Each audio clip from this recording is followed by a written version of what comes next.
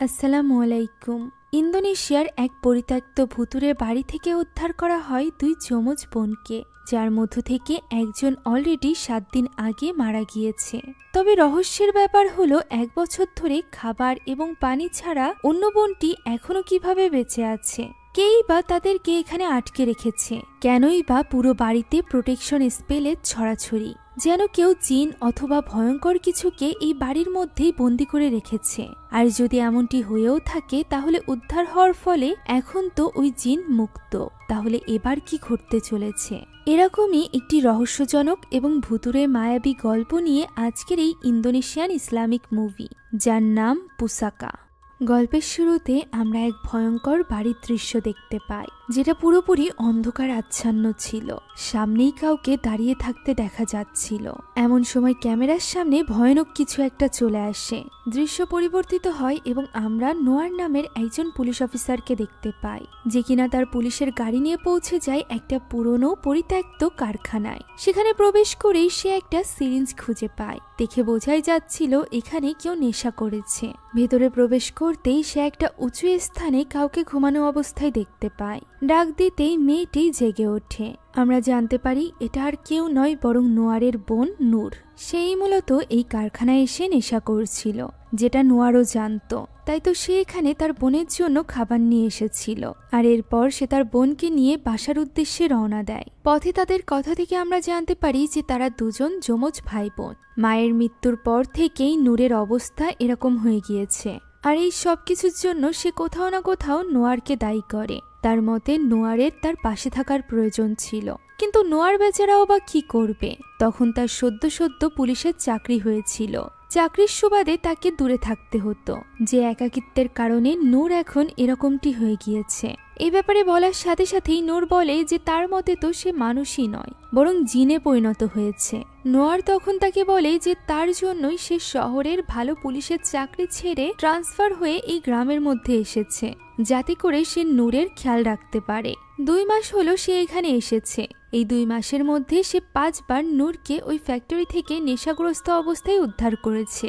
নোয়ারের এত কিছু করার পরও নূর কেন এখনো নিজেকে সামলে নিচ্ছে না?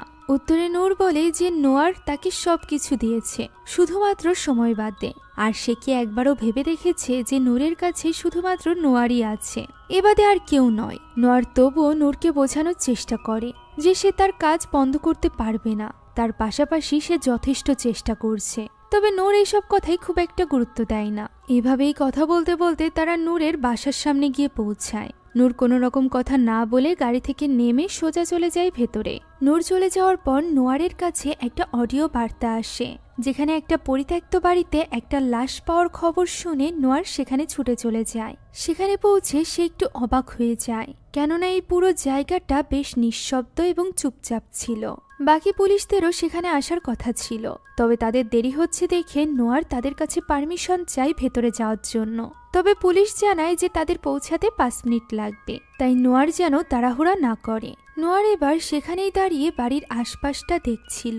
এমন সময় সে বাড়ির ভেতরে কাউকে একটা দেখতে পায়, যে কিনা নোয়ার লাইট মারার আগেই সেখান থেকে সরে যায়। এতে করে নোয়ারের সন্দেহ হয় হতে পারে হত্যাকারী এখনো এই বাড়ির ভেতর। এ কারণে সে আর দেরি না করে দ্রুত বাড়ির ভেতরে ঢোকার চেষ্টা করে, যেখানে দরজায় একটা শেকলির সাথে 2টো তালা ঝোলানো ছিল, যার মধ্য থেকে একটা তালা বন্ধ ছিল, আরেকটা তালা ছিল খোলা। সে বন্দুকের সাহায্যে তালা ভেঙে ভেতরে প্রবেশ করে। আস্তে আস্তে ভেতরে প্রবেশ করতেই সে ভেতরের একটা দরজার সামনে একটা লবণের বাউন্ডারির উপর পা দিয়ে ফেলে। সে এখানে এটা দেওয়ার কারণ বুঝতে পারে না, তাই সে পা দিয়ে ওই লবণের বাউন্ডারিটি সরিয়ে দেয় এবং ভেতরের দিকে এগোতে থাকে, যেখানে ভেতরের দেওয়ালে সে অদ্ভুত কিছু জিনিস আঁকা দেখতে পায়। দেখেই বোঝা যাচ্ছিল যে এগুলো কালো জাদুর কোনো চিহ্ন। এক স্থানে পৌঁছানোর পর সে কাউকে একটা সামনে দাঁড়িয়ে থাকতে দেখতে পায়, তবে আলো মারতেই সেখানে কেউই ছিল না। এভাবে বেশ কয়েকবার হওয়ার পর হঠাৎই উপর থেকে আওয়াজ আসে। তাই তো নোয়ার চলে যায় সিঁড়ি রুমে। সেখান থেকে সিঁড়ি বেয়ে সে উপরের রুমে যায়, যেখানে প্রবেশ করতেই সে একটা বিচ্ছিরি পচা গন্ধ পাশ করে সে যা দেখে তা দেখার জন্য সে একদমই প্রস্তুত ছিল না। সেখানে একজন মেয়ে বসেছিল, যার কোলে ছিল একটা পচা গলা লাশ। বোঝাই যাচ্ছিল যে বেশ কিছুদিন ধরে এই লাশ এখানেই পড়ে আছে, আর যে এই লাশটি কোলে নিয়ে বসে আছে তার যেন কোনো হুঁশই নেই। নোয়ার তার কাঁধে হাত রাখতেই সে চিৎকার করে ওঠে, আর এখানেই দৃশ্য পরিবর্তিত হয়। আমরা দেখতে পাই সেখানে সব পুলিশরা পৌঁছে গিয়েছে। ওই লাশের পাশাপাশি মেয়েটিকেও সেখান থেকে উদ্ধার করে নিয়ে যাওয়া হয় অ্যাম্বুলেন্সে, কেননা সে চিৎকার করে সেখানেই অজ্ঞান হয়ে গিয়েছিল। এখানে আমরা একজন সার্জেন্টের সাথে পরিচিত হই, যার নাম ছিল লুকমান। লুকমান আরেকজন পুলিশ অফিসারের সাথে সেখানে দেওয়ালে আঁকা ওই চিহ্নগুলোর ছবি তুলছিল। তখন নোয়ার তাদের একটা সন্দেহজনক ব্যাপার বলে, সেটা হলো এই পুরো বাড়িতে ধুলো পড়ে গিয়েছে। ধুলো ছিল না, শুধুমাত্র তালায়। এর মানে এই বাড়িতে একটু আগেও কেউ এসেছে, আর হতে পারে যে এই বাড়িতে একটু আগে এসেছে সেই তালা খুলে এখানে প্রবেশ করেছে এবং লাশ দেখে পুলিশের কাছে কমপ্লেইন করেছে। এর মানে ওই ব্যক্তিকে খুঁজে পেলেই তারা অনেক কিছু জানতে পারবে, তাই সে ওই তালাটিকে ফরেন্সিক ডিপার্টমেন্টে দিয়ে দেয়। আর এরপর নোয়ার ফিরে আসে বাড়িতে ফিরে সে যখন ফ্রেশ হচ্ছিল তখন তার পেছনে আমরা একজন মেয়েকে দেখতে পাই, যাকে নোয়ার লক্ষ্য করে না। এরপর অফিস রুমে যেতেই সেখানে থাকা আলমারির দরজা আপনা আপনি খুলে যায়, যা দেখে নোয়ার বেশ অবাক হয়। এমন সময় ধাম করে তার সামনেই আলমারির দরজাটি আবারও বন্ধ হয়ে যায়, যা দেখে নোয়ার এবার ঘাবড়ে যায়। সে বন্দুক তুলে নেয় এবং ওই আলমারির দরজা খোলে, তবে তার ভেতরে কেউই ছিল না। তাই সে আশপাশটা খুঁজতে থাকে।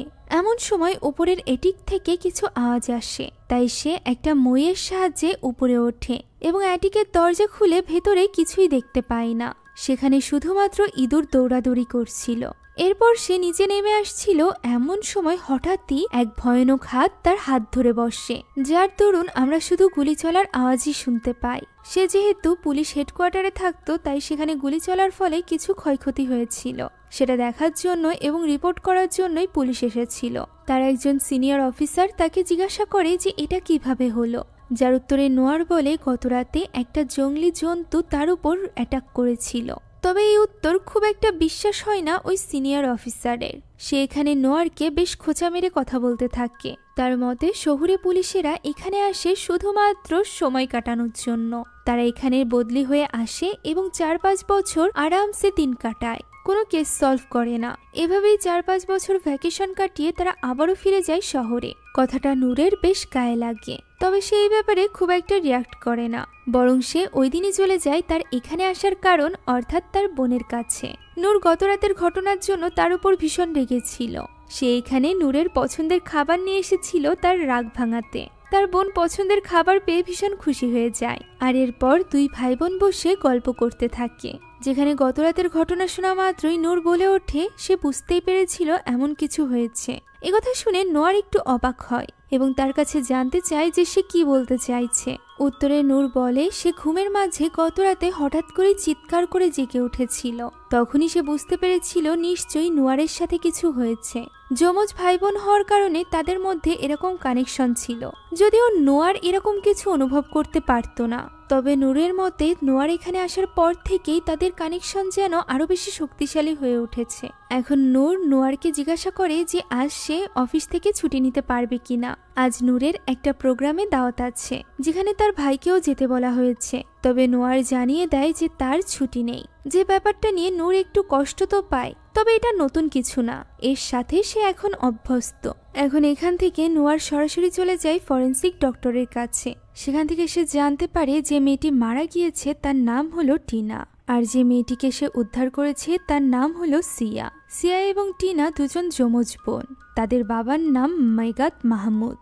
সে মারা গিয়েছে বেশ কিছুদিন আগে একটা দুর্ঘটনায়। টিনার মৃত্যুর ব্যাপারে জিজ্ঞাসা করলে ফরেন্সিক ডক্টর জানায় যে টিনার মৃত্যু হয়েছে আজ থেকে 7 দিন আগে। এ কারণেই তার লাশের অবস্থা এতটা খারাপ ছিল। এছাড়া সে মারা যাওয়ার কারণ হিসাবে জানায় যে টিনা অনেক দিন যাবৎ না খেয়ে থাকার কারণে মারা গিয়েছে, যেটা হয়তোবা সিয়ার সাথেও হয়েছে। তবে সে কিভাবে বেঁচে আছে এই ব্যাপারে ডক্টরের যথেষ্ট সন্দেহ আছে। নোয়ার একটু অবাক হয়ে জিজ্ঞাসা করে যে তারা দুজন কি একই রকম দেখতে ছিল। উত্তরে ফরেন্সিক ডক্টর জানায় যে হ্যাঁ, তারা দুজন একই রকম দেখতে ছিল, শুধুমাত্র সিয়ার হাতের তালুতে একটা জন্ম দাগ আছে, যা টিনার ছিল না। ওই রাতে এই ব্যাপারে তদন্ত করতে নোয়ার চলে যায় হসপিটালে, যেখানে সিয়া ভর্তি ছিল। সেখানে গিয়ে সে সিয়ার হাতের তালুর ওই জন্মদাগটা দেখতে পায়। সে তার ফাইলটা ঘাটাঘাটি করছিল, এমন সময় হঠাৎই সিয়া উঠে বসে এবং ভয়ঙ্করভাবে পর্দার পিছে কিছু একটা দেখাতে থাকে। নোয়ার সেদিকে যায়, তবে পর্দার পিছে সে কিছুই দেখতে পায় না, কিন্তু তার পাশেই আমরা কাউকে একটা দেখতে পারছিলাম। কিছু না দেখে নোয়ার পিছে ফিরে দেখতে পাই সিয়া তো তখনও পর্যন্ত অজ্ঞান। নোয়ার একটু অবাক হয়। এমন সময় ভেতর থেকে কিছু আওয়াজ আসে, যা শুনে সে সেদিকে এগিয়ে যায়। প্রথমে তো মনে হচ্ছিল পর্দার পেছনে যেন কেউ দাঁড়িয়ে আছে, তবে পর্দা সরাতেই সেখানে কাউকেই দেখা যায় না। খানিকটা খুঁজে নোয়ার সেখানে কাউকেই পায় না। সে যখন দাঁড়িয়েছিল এমন সময় হঠাৎই আমরা সিয়ার চোখ খুলতে দেখতে পাই, যে কিনা হঠাৎ করেই খুব অসুস্থ হয়ে পড়ে এবং রক্ত বমি করতে শুরু করে। নোয়ার ছুটে আসে তার কাছে, যেখানে সিয়া প্রচণ্ড ছটফট করছিল। ডক্টররাও তার কাছে ছুটে আসে এবং তাকে শান্ত করার চেষ্টা করতে থাকে। এমন সময় নোয়ার সিয়ার হাতের মুঠোয় একটা তাবিজের মতো কিছু একটা খুঁজে পায়। এই জিনিসটা সিয়ার পেট থেকে বের হয়েছে। সেই তাবিজটা খুলে তার ভেতরে একটা ছবি পায়। এটা মূলত সিয়ার চাচার ছবি ছিল, যেটা জেনে নোয়ার বেশ অবাক হয়। এখন অফিসে ফিরে সে এই ব্যাপারেই তদন্ত করছিল, যেখানে একজন পুলিশ অফিসার আসে এবং তাকে জানায় যে যে মহিলাটি তাদেরকে কল করে ওই লাশের ব্যাপারে জানিয়েছিল, সে মূলত দৌড়াতে দৌড়াতে তাদেরকে কল করেছিল, যেটা ভয়েস রেকর্ডারের মাধ্যমে তারা জানতে পেরেছে। তবে তার পরিচয় অথবা ওই নাম্বার তারা পায়নি, যেহেতু সে যে নাম্বার থেকে কল করেছিল সেটা একটা প্রাইভেট নাম্বার ছিল। নোয়ার এই ব্যাপারে আরো বেশি তদন্ত করতে বলে। এমন সময় সেখানে লুকমান আসে। লুকমান নোয়ারকে নিয়ে বেশ চিন্তিত ছিল। তার মনে হচ্ছিল নোয়ার হয়তো বা এই কেসে খুব বেশি মনোযোগী হয়ে পড়েছে, তাই সে নোয়ারকে নিজেকে সামলে নিতে বলে। তখন নোয়ার বলে টিনার লাশের যে অবস্থা তাতে সে এই কেস সমাধান না করা পর্যন্ত থামবে না। লুকমানকেও সে এই কাজে সাহায্য করতে বলে। আর এরপর সে তদন্ত করতে সরাসরি চলে যায় সিয়া এবং টিনার চাচার অফিসে। সেখানে পৌঁছে সে দেখতে পাই অফিস পুরোপুরি খালি, সেখানে যেন কেউই নেই। আস্তে আস্তে সে ভেতরে এগোতেই দরজার অপর পাশে সে কাউকে একটা বসা অবস্থায় দেখতে পায়। তবে দরজাটি তখন অদ্ভুতভাবে একা একাই বন্ধ হচ্ছিল এবং খুলছিল। সে ওই ঘরে প্রবেশ করে এবং ওই লোকটিকে ডাক দেয়। তখনই আকস্মিক তার পেছন থেকে কেউ একটা চলে যায় আর এক রুমে, যেটা অনুভব করে সে পেছনের দিকে ফিরে তাকায়, তবে সে সেখানে কাউকেই দেখতে পায় না। আর যখন সে আবারও অফিস রুমের ভেতরে তাকায় দেখতে পায় চেয়ার তো খালি, এর মানে এখানে কেউ ছিলই না। এমন সময় পেছনের ওই ঘর থেকে আওয়াজ আসে। সে আস্তে আস্তে করে ঘরের ভেতরে ঢুকেই হতবাক হয়ে যায়, কেননা সেখানে ছিল সিয়া এবং টিনার চাচা, যে কিনা হাওয়ায় ভাসছিল। সে এখানে নোয়ারকে দেখে বেশ অদ্ভুত কিছু কথা বলতে থাকে, যে তার এই জায়গা নয়, বরং সে অন্য জগৎ থেকে এসেছে, সে যেন নিজের জগতে ফিরে যায়। একথা বলতে বলতেই ওই শক্তি ওই লোকটিকে ভীষণভাবে আঘাত করতে থাকে, যেটা আটকাতে গেলে ওই শক্তি নোয়ারকেও দূরে ছুঁড়ে ফেলে। এমন সময় লোকটি নিজের মাথা নিজেই টেবিলের সাথে আঘাত করতে থাকে, আর এইভাবেই সে নোয়ারের সামনে মারা যায়, যা দেখে নোয়ার বেশ হতাশ হয়ে পড়ে। কিছু সময়ের মধ্যে সেখানে পুলিশের পুরো টিম চলে আসে। এখানে ওই লাশের গলা থেকে লুকমান একটা লকেট পায়, যেটা সে নিজের কাছে রেখে দেয়। এখন নোয়ারের হালকা প্রাথমিক চিকিৎসার পর সে আবারও ভেতরে চলে আসে তদন্ত করতে, যেখানে সে লুকমানের কাছ থেকে জানতে পারে সিয়া এবং টিনার পরিবারকে এখানকার সবাই চেনে। তাদের দাদা বাড়ি বেশ সম্ভ্রান্ত পরিবার, তবে তার মায়ের ব্যাপারে খুব একটা কেউ জানে না। তারা শুধু জানে 1 বছর আগে তার ক্যান্সার হয়েছিল এবং সে মারা গিয়েছে। এইসব নিয়ে কথা বলতে বলতে নোয়ার লক্ষ্য করে পাশের আলমারির কিছু ফাইল বেশ অস্বাভাবিক লাগছে। হাত দিতেই সে বুঝতে পারে এটা কোনো ফাইল নয়, বরং এই সেকশনে সামনের দিকে ফাইলের ছবি রাখা রয়েছে, যাতে করে মনে হয় এখানে ফাইল রয়েছে। আসলে ছবির আড়ালে রয়েছে সেখানে কালো জাদুর কিছু জিনিসপত্র, অর্থাৎ সিয়ার চাচা এখানে কালো জাদু করত। যে ব্যাপারটা জানার পর তারা বেশ হতবাক হয়ে যায়। নোয়ার বুঝতেই পারছিল না যে সে এবার কি করবে, যদিও লুকমান তাকে বলে যে আল্লাহর উপর ভরসা রাখতে। মূলত লুকমানের এইসব ব্যাপারে বেশ ধারণা ছিল। সেই ধারণা থেকেই সে জানায় যে নিশ্চয়ই কালো জাদুর মাধ্যমে কেউ জিন এই পরিবারের পেছনে লাগিয়েছে, যে কারণে এই সব কিছু হচ্ছে। সেই ব্যাপারে আরো বেশি তদন্ত করতে চাইছিল, তবে নোয়ার তো এইসবে অতটা বিশ্বাস করত না। সে বুঝতেই পারছিল না যে এখন সে কোন দিকে এগোবে। এইসব নিয়ে কথা বলতে বলতে সে যখনই সেখান থেকে বের হয় দেখতে পায় সামনে ওই পুলিশ অফিসার রয়েছে, যে কিনা সেদিন তাকে টন্ট মেরে কথা বলেছিল। এই পুলিশের সামনে অন্ততপক্ষে সে হার মানবে না।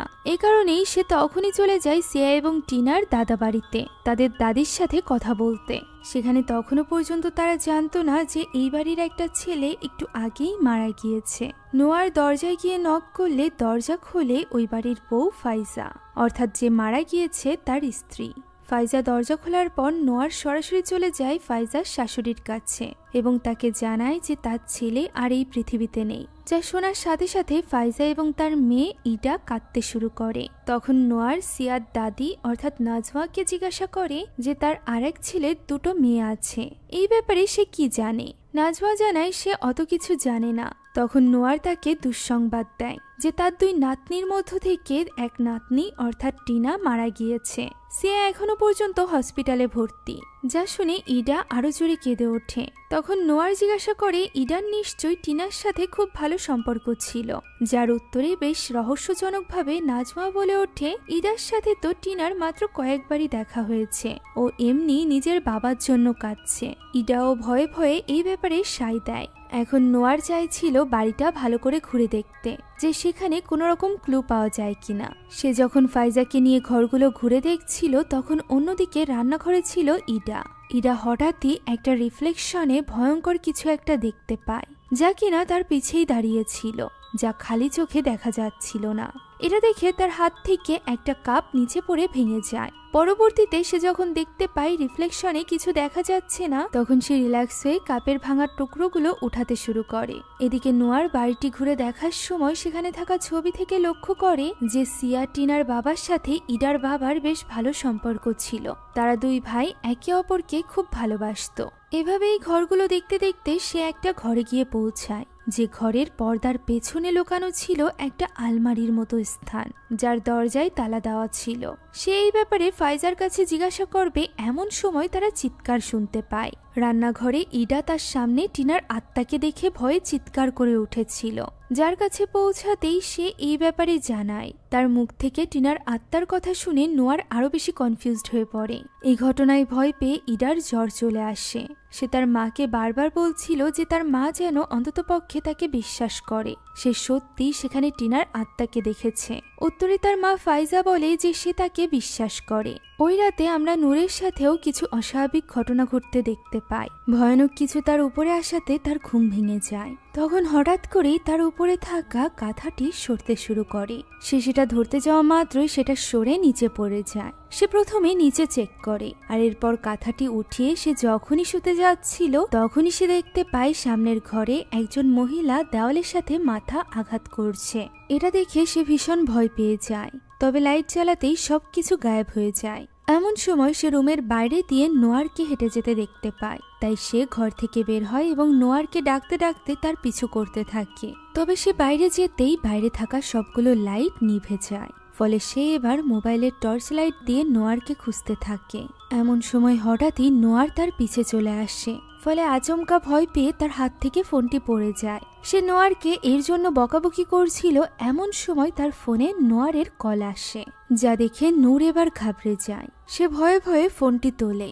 তখন ফোনের অপর পাশ থেকে নোয়ার তাকে বলতে থাকে সে যেন পিছে ঘুরে না তাকায়। একথা বলতে না বলতেই সে পিছে ঘুরে তাকায় এবং এক ভয়ানক মূর্তি তার সামনে চলে আসে। এই ভয়ানক স্বপ্ন দেখে তার ঘুম ভেঙে যায়। হ্যাঁ, এতক্ষণ যাবৎ যা কিছু হচ্ছিল সব সে স্বপ্নে দেখছিল। নূর দেখতে পাই বেডের সাইডে রাখা তার এবং নোয়ারের ফটোতে নোয়ারের চোখগুলো অস্বাভাবিক দেখাচ্ছে। হতে পারে এটা নূরের জন্য কোনো কিছুর ইঙ্গিত ছিল। তাই তো সে চিন্তিত হয়ে তখনই ফোন করে নোয়ারকে। নোয়ার তখনও ওই কেস নিয়েই ভাবছিল। এত রাতে কল করার কারণ জিজ্ঞাসা করলে নূর এখানে কিছু বলতে পারে না, যা দেখে নোয়ার একটু বিরক্ত হয়, কেননা সে কাজে ছিল। এটা শুনে এবার নূর আরো বেশি বিরক্ত হয়ে যায়, কেননা সে চিন্তিত ছিল, এ কারণেই সে তাকে কল করেছিল। তবে নোয়ারের মতে নূর হয়তোবা ড্রাগস নিয়েছে, এ কারণেই সে তাকে নিয়ে উল্টোপাল্টা ভাবছে। যা শুনে রেগে গিয়ে নূর ফোন কেটে দেয়। এই সময় নোয়ার লক্ষ্য করে সামনে বোর্ডে থাকা সব ছবির মধ্য থেকে টিনার লাশের ছবিটি নিচে পড়ে গিয়েছে। সে সেটা তুলে একটা টেবিলে রাখে। এমন সময় সে দেখতে পাই ওই বোর্ডে তো টিনার ছবি ঠিকঠাকই আছে। সে টেবিলের দিকে ঘুরে তাকাতেই দেখতে পাই টেবিলের উপর ওই ছবিটি নেই, যেটা সে মাত্রই টেবিলের উপর রেখেছে। পর মুহূর্তে বোর্ডে তাকাতেই সে দেখতে পায় বোর্ডে কোনো ছবিই নেই। সবগুলো তো নিচে পড়ে গিয়েছে। নোয়ার সেগুলো তুলতে যায়। এমন সময় পেছনে তার ওই সিনিয়র অফিসার চলে আসে। হুঁশ ফিরতে এসে দেখতে পাই উপরে বোর্ডে সবগুলো ছবি ঠিকঠাকভাবেই আছে। ফলে এই ঘটনায় সে হতভম্ব হয়ে পড়ে। তাই তো সে তার সিনিয়র পুলিশ অফিসারের সাথে কোনো রকম কথা না বলে তখনই সেখান থেকে বেরিয়ে যায়। অন্যদিকে আমরা ফাইজাকে দেখতে পাই। তার গলায়ও তার হাজবেন্ডের মতো ওই লকেটটি ছিল। সে ওই লকেটটি খুলে ফেলে। এটা খুলে সে যেন স্বস্তির নিঃশ্বাস ফেলে। আর এরপর সে নামাজ আদায় করতে যায়। নামাজের শেষ রাকাতে সে যখন সিজদা দেয় তখন হঠাৎ করেই তার হাতের উপর এক ভয়ঙ্কর হাত দেখা যায়। সে আস্তে আস্তে করে ভয়ে সিজদা থেকে ওঠে। তখনই হঠাৎ করে তার সামনে থাকা ওই জিন নিজে মাথা তুলে তাকায়। আর এরপর আমরা শুধুমাত্র ফাইজার চিৎকারের শব্দ শুনতে পাই। একই সময় বাড়িতে গিয়ে পৌঁছায় নোয়ার। নোয়ার বাড়িতে ঢুকে দেখতে পায় তার জিনিসপত্র সব উল্টোপাল্টা ভাবে পড়ে আছে। সেখানে সে তার এবং তার বোনের ছবি পায়, যেটা ভেঙে গিয়েছিল। এই সময় কেউ একজন যেন তার বাড়ি থেকে দৌড়ে বেরিয়ে যায়, যা দেখে সে সাথে সাথে বন্দুক হাতে তার পিছু করতে থাকে। তবে বাইরে গিয়ে সে কাউকেই পায় না। এমন সময় তার কাছে কল আসে এবং তাকে দ্রুত হসপিটালে যেতে বলা হয়। হসপিটালে গিয়ে সে দেখতে পায় সিয়ার অবস্থা বেশ খারাপ। সে ছটফট করছিল। হঠাৎ করেই সে বিছানা থেকে উঠে যায়। তার যেন কষ্ট হচ্ছিল। সে দেখতে পায় তার মুখ থেকে আস্তে আস্তে করে বেরিয়ে আসছে চুল।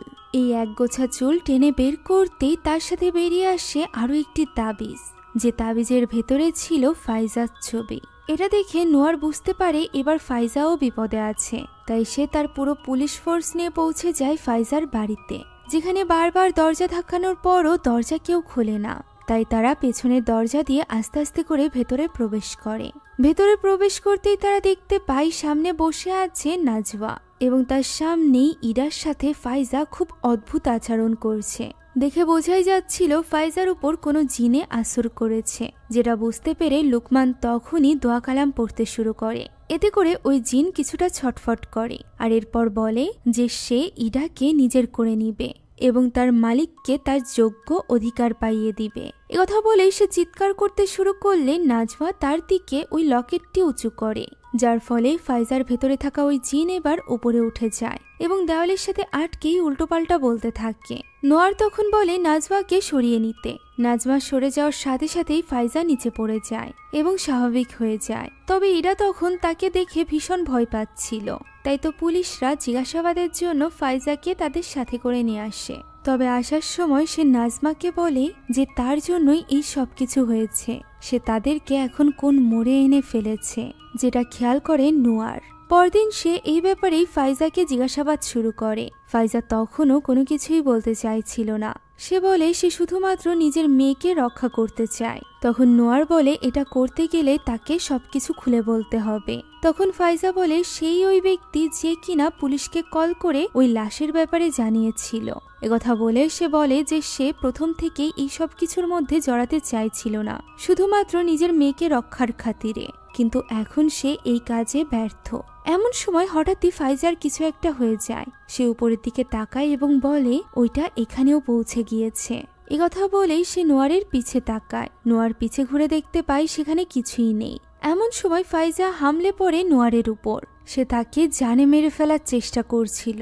তখনই সেখানে পুলিশরা চলে আসে এবং তাকে সামলে নেয়। এমন সময় ফাইজা নোয়ারের পেছনে ওই জিনকে দেখতে পায় এবং ভয়ে সেখান থেকে দৌড়ে পালাতে শুরু করে। সকলে তাকে আটকানোর জন্য তার পিছে পিছে যায়। তবে এমন সময় রাস্তায় উঠতেই ফাইজার অ্যাক্সিডেন্ট হয়ে যায়। সে সেখানেই মারা যায়। এই ঘটনায় নোয়ার আরো বেশি ফ্রাস্ট্রেটেড হয়ে পড়ে। ফাইজাই একমাত্র ব্যক্তি যার কাছ থেকে সে সবটা জানতে পারত। তবে এখন আর তাকে জানানোর জন্য ফাইজা বেঁচে নেই। এমন সময় তার কাছে কল আসে এবং সে জানতে পারে সিয়ার জ্ঞান ফিরে এসেছে। তার সাথে এখন কথা বলা যাবে। যা জানা মাত্রই নোয়ার আর এক মুহূর্তও দেরি করে না। সে তখনই চলে যায় হসপিটালে।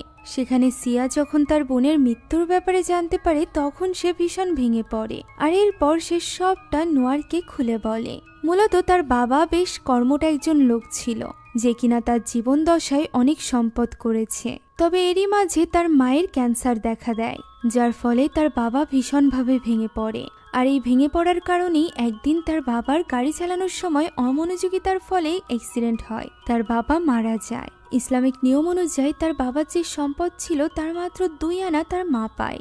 বাকি সম্পদ চলে যায় তার দাদি এবং চাচার কাছে। তার দাদি তাদেরকে কোনো রকম আর্থিক সহায়তা করতে নাকচ করে দেয়। এদিকে তার মায়ের ক্যান্সারের অবস্থাও বেশ খারাপ ছিল, যে কারণে তার চিকিৎসা করাতে গিয়ে তার সম্পূর্ণ ওই 2 আনার সম্পদ শেষ হয়ে যায়।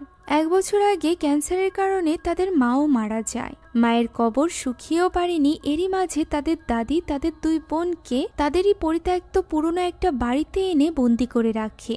শেকলের সাথে তারা সেখানে বন্দি ছিল প্রায় 1 বছর, যেখানে মাঝে মধ্যে শুধুমাত্র ফাইজা যেত তাদেরকে খাবার দিতে, তাও আবার 3 থেকে 4 দিন পর পর। শেষবার সে যখন এসেছিল তখন সে 1 সপ্তাহ পরে এসেছিল, যতদিনে অলরেডি টিনা মরে তার লাশ পচতে শুরু করেছে, যা দেখে ভয়ে ফাইজাই সেদিন পুলিশকে কল করে এই ব্যাপারে জানিয়েছিল। সিয়া এখনো পর্যন্ত বুঝতে পারছিল না যে তার আপন দাদি কেন তাদের সাথে এমনটি করেছে। উত্তরে নোয়ার বলে তার দাদি তাদের সব সম্পদ আত্মসাৎ করতে চাইছিল। সিয়া জানায় তার কাছে তো কোনো সম্পদই নেই, আছে শুধু তার বাবার ফেলে যাওয়া এই একটা আংটি। যা শুনে নোয়ার এবার বুঝতে পারে যে এই সব কিছুর পেছনে রয়েছে নাজওয়া, তাই সে আর 1 মুহূর্ত দেরি করে না। পুরো পুলিশ ফোর্সের সাথে পৌঁছে যায় নাজওয়ার বাড়িতে। তাদের কাছে সার্চ এবং অ্যারেস্ট ওয়ারেন্টও ছিল। সেখানে দরজা খুলে ইডা, আর এরপর তারা পুরো বাড়িটি তল্লাশি নিতে শুরু করে, যেখানে উপরের রুমের ওই আলমারির পেছনে ছিল এক কালো জাদুর ঘর, দেখতে যেন একটা ছোট্ট শয়তানের পূজার মন্দির। সেখানে সে ফাইজা এবং তার হাজবেন্ডের ছবিও দেখতে পায়, যা থেকে এটা ক্লিয়ার হয়ে যায় যে এই সব কিছুর পেছনে রয়েছে নাজওয়া। তাই তারা চলে আসে নাজওয়াকে গ্রেফতার করতে। ইডা তো এটা দেখে কান্নাকাটি করছিল, কেননা এই পৃথিবীতে নাজওয়া ছাড়া এখন আর তার কেউ ছিল না। নাজওয়াকে যখন নিয়ে যাওয়া হচ্ছিল তখন সে নোয়ারকে ডেকে বলে যে এখন যদি তারা তাকে এই বাড়ি থেকে বের করে তাহলে নাজওয়ার পরিবারের সাথে যা কিছু হয়েছে ওই একই জিনিস ঘটবে নোয়ারের পরিবারের সাথেও। যা শুনে নোয়ার ভয় পায় না, বরং সে নাজওয়াকে গ্রেফতার করে নিয়ে আসে। তাদের সিনিয়র পুলিশ অফিসার নাজওয়ার স্বীকারোক্তি নেয়, আর এরপর সে বাইরে এসে নোয়ারকে জানায় সিয়া এবং টিনার ব্যাপারটা নাজওয়া স্বীকার করে নিয়েছে, তবে তার ছেলে এবং পুত্রবধূর মৃত্যুর ব্যাপারে সে কোনো কিছুই বলতে চাইছে না। সিনিয়র অফিসার এখানে নোয়ারের কাছে ক্ষমা চায়, তাকে প্রথমে খারাপভাবে ট্রিট করার জন্য। সেই সাথে ধন্যবাদ জানায় এই কেসটিকে একা হাতে হ্যান্ডেল করার জন্য। সে এবার নোয়ারকে বাড়িতে ফিরে রেস্ট নিতে বলে, যা শুনে এবার নোয়ারও বাড়ির উদ্দেশ্যে রওনা দেয়। তখনই তার কাছে একটা কল আসে এবং সে জানতে পারে যে তার বোন আবারও পুরনো ওই ফ্যাক্টরিতে গিয়েছে। এর মানে নূর আবারও নেশা করছে। তাই তো সে ছুটে চলে যায় ওই কারখানায়। কারখানার যে স্থানটাতেই নূর ঘুমিয়ে থাকতো সেখানে গিয়ে সে নূরকে ডাকতে থাকে এবং তাকে বকতে বকতে সে ওই চাদর সরায়। চাদর সরিয়েই সে দেখতে পায় সেখানে তো কেউই নেই, যা দেখে এবার সে পুরো কারখানায় নূরকে খুঁজতে আরম্ভ করে। অন্যদিকে আবারও সিয়ার শরীর খারাপ হতে শুরু করেছিল, যে কারণে সেখানে পৌঁছে গিয়েছিল লুকমান। এদিকে কারখানায় খুঁজতে খুঁজতে নোয়ার দেখতে পায় তার সামনেই নূর চাদর মুড়ি দিয়ে শুয়ে আছে। এমন সময় তার কাছে লুকমানের কল আসে। সে কলে কিছুই শুনতে পারছিল না। আস্তে আস্তে করে পরিবেশটা বেশ থমথমে হয়ে আসে। আমরা দেখতে পারছিলাম নোয়ারের পেছনে কেউ দাঁড়িয়ে আছে, তবে নোয়ার তো তাকিয়েছিল সামনে শুয়ে থাকা নূরের ওই স্থানটিতে, যেখানে এখন আর কেউই ছিল না। এমন সময় হুট করেই সে সিঁড়ির ওপর কাউকে দেখতে পায়। সেটা দেখে কি করবে তা বুঝে উঠতে পারছিল না। তখনই আচমকা ওই জিন এসে তাকে ভয় দেখায়। এই ঘটনার পর সে আর ওই কারখানায় অপেক্ষা করে না। এমন সময় লুকমান তাকে আবারও কল করে এবং সিয়ার অবস্থার ব্যাপারে জানায়। নোয়াররা তো মনে করেছিল এই সব কিছুর পেছনে রয়েছে নাজওয়া। তার করা কালো জাদুর কারণেই সিয়া হয়তোবা অসুস্থ হয়ে পড়ছে, তবে নাজওয়া তো এখন আটক। তাহলে সিয়া কিভাবে অসুস্থ হলো? দৃশ্য চলে যায় হসপিটালে এবং আমরা দেখতে পাই সিয়ার মুখ থেকে আবারও একটা তাবিজ বের হয়েছে, যেখানে আর কারণ নয় বরং রয়েছে নাজওয়ার ছবি, যা দেখে নোয়ার এবার আরো বেশি হকচকিয়ে যায়। নাজওয়া যদি এই সব কিছুর পেছনে থেকে থাকে তাহলে তাকে মারার জন্য সিয়ার উপর কালো জাদু কে করবে? এটা বড় কথা নয়, বরং এখন বড় ব্যাপার ছিল নাজওয়াকে বাঁচানো। তাই তো সে তখনই যোগাযোগ করার চেষ্টা করে পুলিশ স্টেশনে। তবে পুলিশ স্টেশনে অলরেডি ভয়ঙ্কর সব ঘটনা ঘটতে শুরু করেছিল। সেখানে একজন মাত্র পুলিশ অফিসার ছিল, যার সাথে অলরেডি ভয়ানক সব ঘটনা ঘটছিল। এদিকে এই সব কিছু নাজওয়াও টের পাচ্ছিল। সে দোয়াদুরিত পড়ছিল, এমন সময় তার পেছনের দরজাটি খুলে যায় এবং সেখানে আমরা ওই জিনকে দেখতে পাই। এদিকে ওই পুলিশ স্টেশনে থাকা একমাত্র অফিসার হানিফ আটকে পড়েছিল একটা রুমে।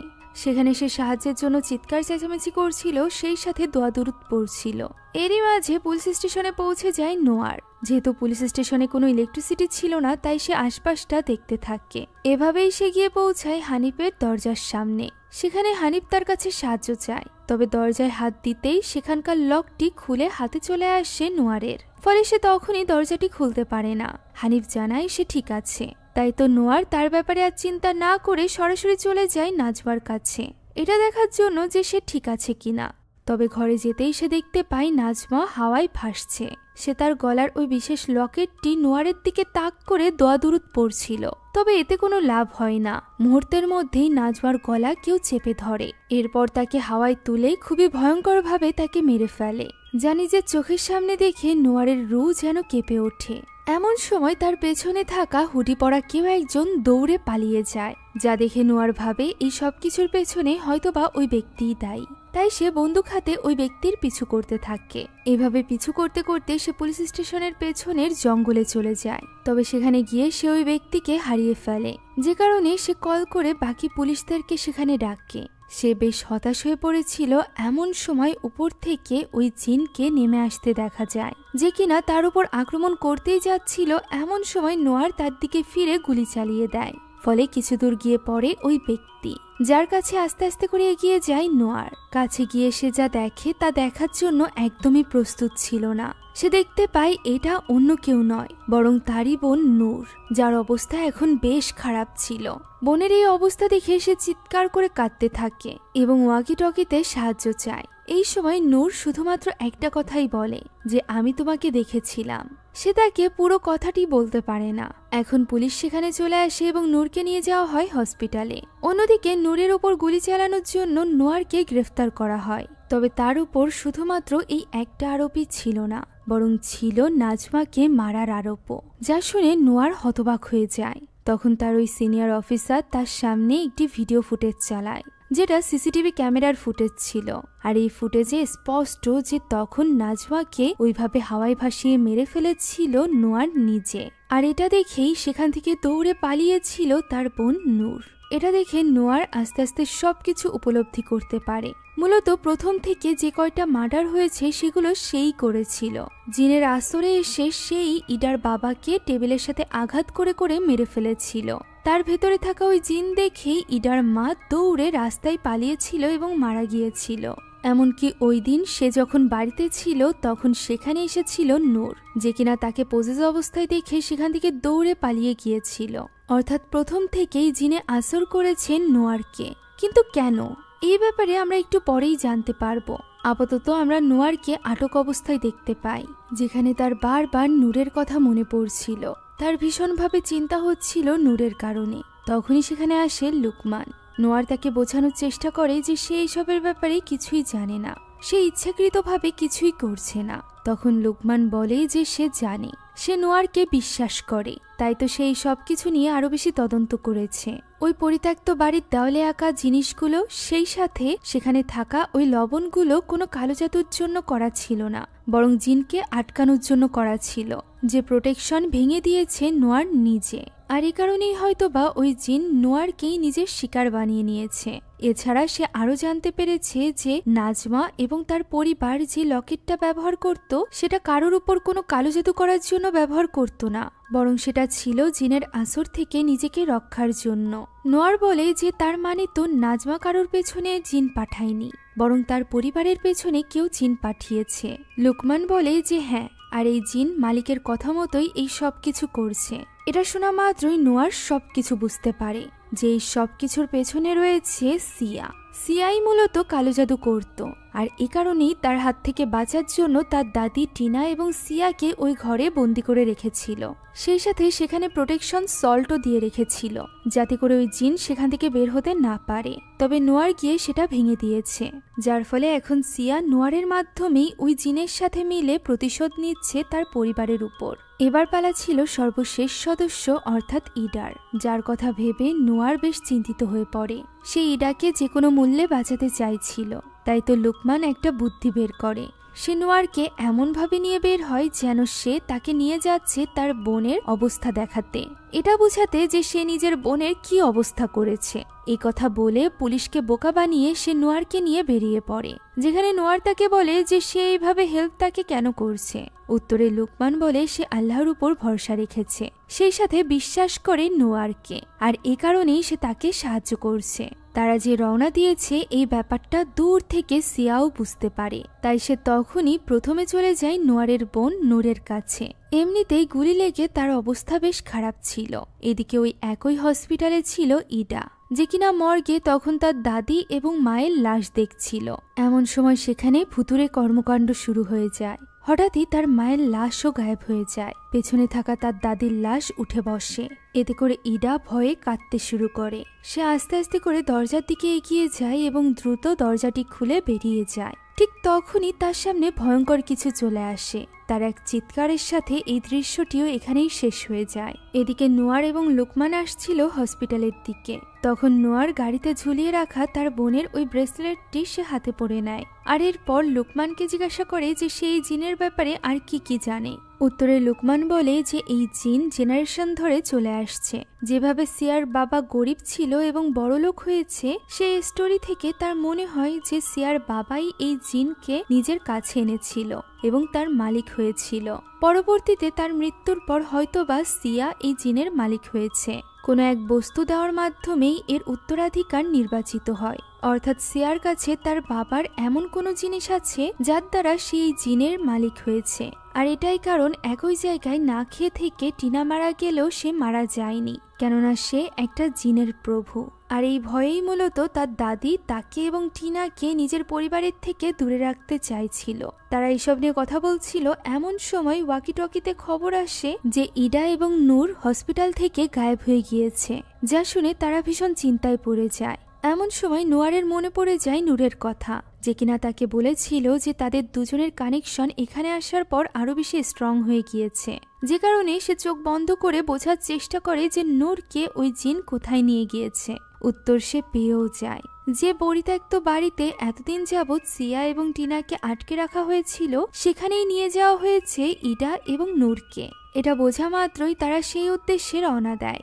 এদিকে ইডার সামনে আসে সিয়া। মূলত সে ইডাকেও ওই জিনিস অনুভব করাতে চাইছিল যে জিনিসটা সে এবং তার বোন এখানে আটকা থেকে করেছে। তাই তো সে ইডাকেও শেকল দিয়ে বেঁধে রেখেছিল। এখানে হঠাৎই একটা জিন ভয়ানকভাবে ইডার দিকে এগোতে থাকে। এরই মধ্যে ওই পরিত্যক্ত বাড়িতে পৌঁছে যায় নোয়ার এবং লুকমান। তারা ভেতরে গিয়ে আলাদা আলাদা হয়ে নূর এবং ইডাকে খুঁজতে আরম্ভ করে, যেখানে একটা ঘরে যাওয়া মাত্রই লুকমানের পেছনে থাকা দরজাটি আপনা আপনি বন্ধ হয়ে যায়। এদিকে ইডার সামনে বসেছিল তার মা। মাকে দেখে ইডা সবকিছু যেন ভুলে যায়। সে তাকে জড়িয়ে ধরে এবং কাঁদতে আরম্ভ করে। এমন সময় ফাইজার হাত এক ভয়ঙ্কর রূপ নেয়, ফলে ইডা চিৎকার চেঁচামেচি করতে থাকে এবং লুকমান ছুটে যায় সেদিকে। অন্যদিকে নোয়ার গিয়ে পৌঁছেছিল নূর যে ঘরে ছিল সেখানে নূরের সাথে সিয়াও ছিল। সিয়া এখানে নূরকে হাওয়ায় ভাসিয়ে তোলে। তখন নোয়ার তাকে প্রশ্ন করে যে তারা কি দোষ করেছে। সে তো উল্টে সিয়াকে মুক্ত করেছে। তবে এতটুকু জীবনে এত কিছু দেখার পর, সেই সাথে এই শক্তি পাওয়ার পর, সিয়া তো ভালো মন্দের পার্থক্যও ভুলে গিয়েছিল। তাই তার সামনে যেই আসছিল তাকেই সে শেষ করে দিতে চাইছিল। নোয়ার বন্দুকুচু করলে খুব সহজেই সিয়া তা দূরে ফেলে দেয়। ফলে নোয়ার বুঝতে পারে যে এবার তার লোকমানের কথাই মেনে নিতে হবে। আল্লাহর কালাম দিয়েই এই জিনকে হারাতে হবে। তাই সে আয়াতুল কুরসি পড়তে আরম্ভ করে, যা শোনা মাত্রই সিয়ার শক্তি কমতে শুরু করে। তার হাতে থাকা ওই আংটিটি জ্বলজ্বল করে জ্বলতে আরম্ভ করে, যা দেখে নোয়ারের আর বুঝতে বাকি থাকে না যে এই আংটির মাধ্যমেই সিয়া তার বাবার ওই জিনকে পেয়েছে। তাই তো সে এই সুযোগ নিয়ে সাথে সাথে সিয়ার উপর গুলি চালিয়ে দেয়। সিয়া মাটিতে পড়লে সে ছুটে যায় নূরের কাছে। তবে ওই জিন এবার নূরের মধ্যে ঢুকে গিয়েছিল, যে কিনা নোয়ারের গলা চেপে ধরে হাওয়ায় ভাসতে আরম্ভ করে। যা দেখে নোয়ার এবার নূরকে মনে করাতে থাকে তাদের দুজনের ভালো মুহূর্তগুলোর কথা। সেই সাথে সে নূরকে ফাইট করতে বলে। তখনই নূরের চোখ পড়ে নোয়ারের হাতে থাকা ওই ব্রেসলেটের দিকে, যা দেখা মাত্রই সে সত্যিই ফাইট করতে আরম্ভ করে এবং ওই জিন দুর্বল হয়ে পড়ে। নোয়ার তার হাত থেকে মুক্ত হয়ে যায়। এরই মাঝে সিয়াও আবার সুস্থ হয়ে উঠে দাঁড়ায় এবং আক্রমণ করে নোয়ারের উপর। নোয়ার এখন জানতো যে সিয়াকে হারাতে হলে তাকে কি করতে হবে, তাই সে দোয়া কালাম পড়তে আরম্ভ করে, যা শোনা মাত্রই আল্লাহর তরফ থেকে যেন সাহায্য চলে আসে। পেছনে থাকা একটা কাঠের বড় চালি তার উপর এসে পড়ে, যার ফলে সিয়া নিচে পড়ে যায়। সেই সাথে নিচে পড়ে যায় নূর এবং নোয়ার তখনও হাল ছাড়েনি। সে আয়াতুল কুরসি পড়তে পড়তে সিয়ার দিকে এগিয়ে আসে এবং তার হাত থেকে ওই আংটিটি খুলে নেয়, যেটা খুলতে তার বেশ কষ্ট হয়। তবে সেটা সিয়ার হাত থেকে আলাদা হওয়া মাত্রই আপনা আপনি আগুন ধরে ধ্বংস হয়ে যায়। তখনই উপর থেকে আরো একটি চালি নিচে পড়ে, যেটা থেকে নূরকে বাঁচানোর জন্য নোয়ার তার উপরে চলে আসে। ফলে সে অনেক বেশি আহত হয়ে পড়ে। অন্যদিকে সবকিছু থেমে যাওয়ার সাথে সাথে লুকমানের সামনের দরজাটিও খুলে যায়। সে গিয়ে ইডাকে উদ্ধার করে নেয়। এদিকে যতক্ষণে নূরের জ্ঞান ফেরে ততক্ষণে নোয়ার অজ্ঞান হয়ে গিয়েছিল। তাকে এই অবস্থা দেখে নূর চিৎকার করে কাঁদতে থাকে, কেননা তার এই পৃথিবীতে ভাই ছাড়া আর কেউই ছিল না। এমন সময় আমরা পেছনে দেখতে পাই সিয়ার লাশ নেই, অর্থাৎ সিয়া যেখানে পড়েছিল সেখানটাই সে নেই। এর মানে কি সে বেঁচে আছে? দৃশ্য পরিবর্তিত হয় 2 সপ্তাহ পরে। আমরা নূর এবং নোয়ারকে দেখতে পাই, যারা কিনা একটা পার্কের বেঞ্চে বসেছিল এবং নূর তার পছন্দের খাবার খাচ্ছিল। তাদের কথা থেকে আমরা জানতে পারি নূর এখন নেশা করা বন্ধ করে দিয়েছে। নোয়ারও ইতিমধ্যে বুঝতে পেরেছে যে তার নূরকে যথেষ্ট সময় দেওয়ার প্রয়োজন ছিল, যেটা সে দেয়নি বলেই নূরের এই অবস্থা হয়েছিল। তাই সে নূরের কাছে ক্ষমা চায়। এরই মধ্যে সেখানে চলে আসে লুকমান এবং নোয়ারের হাতে হাতকড়ি পরিয়ে দেয়। মূলত সে এখানে কিছু সময়ের জন্য নূরের সাথে দেখা করতে এসেছিল। তার উপর এখনো পর্যন্ত সিয়াদের ওই কেস চলছিল। যেহেতু আইনের চোখে জিন বলে কোনো কিছু নেই, তাই এইসব ঘটনার জন্য এখনো পর্যন্ত আইনের চোখে দায়ী ছিল নোয়ার। এখানে নূর নোয়ারকে বলে যে লুকমান বেশ হ্যান্ডসাম। আমরা বুঝতে পারি নূর এবং লুকমান একে অপরকে পছন্দ করতে শুরু করেছিল, যে ব্যাপারটা নোয়ারও বুঝতে পারছিল। তবে সে এই ব্যাপারটা ইগনোর করে সামনের দিকে এগিয়ে যায়। এখান থেকে দৃশ্য পরিবর্তিত হয় এবং আমরা ইডাকে দেখতে পাই। মাত্র কিছুদিনের ব্যবধানে পুরো পরিবারকে হারিয়ে ইডা এবার পুরোপুরি একা হয়ে গিয়েছিল। সে একা একা বাসে করে কোথাও একটা যাচ্ছিল। এমন সময় তার পেছনের সিটে আমরা সিয়াকে দেখতে পাই, যে কিনা ভয়ঙ্করভাবে ইডার দিকে তাকায়। আর এখানেই এই গল্পটি শেষ হয়ে যায়। আশা করছি এই গল্পটি আপনাদের কাছে ভালো লেগেছে। শেষ দৃশ্য দেখে তো মনে হচ্ছে এই মুভির সেকেন্ড পার্টও আসবে। আসলে এই বছরেই এই মুভির সেকেন্ড পার্ট বের হতে চলেছে। তাই যদি ভালো লেগে থাকে তাহলে সাবস্ক্রাইব করে রাখতে ভুলবেন না, কেননা সেকেন্ড পার্ট রিলিজ পাওয়া মাত্রই আমি আপনাদের জন্য ওইটার এক্সপ্লেনেশন নিয়ে আসবো। এছাড়া আপনি যদি আমার মতো মুভি লাভার্স হয়ে থাকেন তাহলে আপনার জন্য আমরা নিয়ে এসেছি সুলভ মূল্যে নেটফ্লিক্সের সাবস্ক্রিপশন, যেটা পেয়ে যাবেন আমাদের ফেসবুক পেজ এইচপি শপে। পেজের লিংক ডেসক্রিপশন বক্সে পেয়ে যাবেন। Thank you so much for watching this video. আল্লাহ হাফিজ।